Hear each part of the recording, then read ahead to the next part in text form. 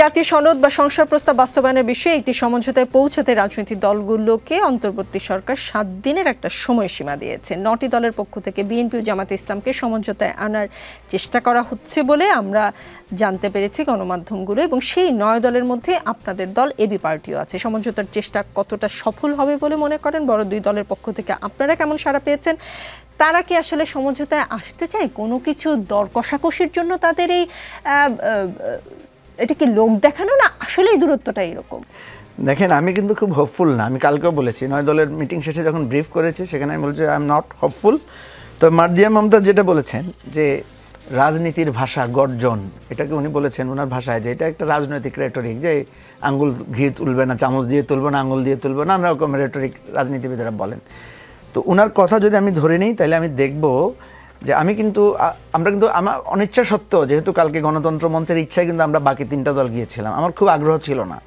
তারপরও সেখানে আমরা চেষ্টা করেছি যেটাকে আরও প্রিসাইজ ওয়েতে নিয়ে আসা যায় কিনা। 2টা দলকে আমরা 2টা অফারও দিয়েছি। আপনি হয়তো জানতে চাইবেন কি দিয়েছি, এটা আমরা বলছি না, কারণ আমরা চাই যে এটা যদি আমরা বলি না কালকে মনে হবে যেন আমাদেরটাই সরকার গ্রহণ করেছে। এই ঝামেলা আমরা যে পড়তে চাচ্ছি না। আমরা 2টো দলকে 2টো কথা বলেছি যে ভাই আপনারা এটা ছাড় দেন, আপনারা এটা ছাড় দেন স্পেসিফিক, কারণ যেহেতু এনসিপি আমাদের সাথে ছিল, সুতরাং এখানে কিন্তু স্টেক হোল্ডার কমে এসেছে, আর বিএনপির বলয় আর জামাতের বলয়ে ভাগ আছে এখন। তো আমরা 2টো কথা বলতে চেয়েছি।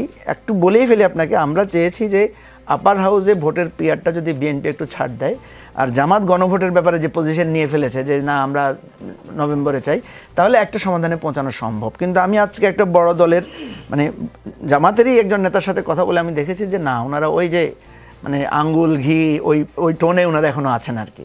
তো ফলে আমার কাছে যেটা মনে হচ্ছে এটা একটা আর্টিফিশিয়াল ক্রাইসিস, বাট ওনাদের ইগোটা এখানে খুব এক্সিস্ট করছে, এবং এই ইগো যদি এক্সিস্ট করেই ওনারা চলেন তাহলে এগুলো সব আমাদের প্রচেষ্টা এগুলো কোনো লাভ হবে না। জি, তার মানে জামায়াতের ইসলামের ঘি লাগবে, আপনি কথা বলে এটা বুঝেছেন।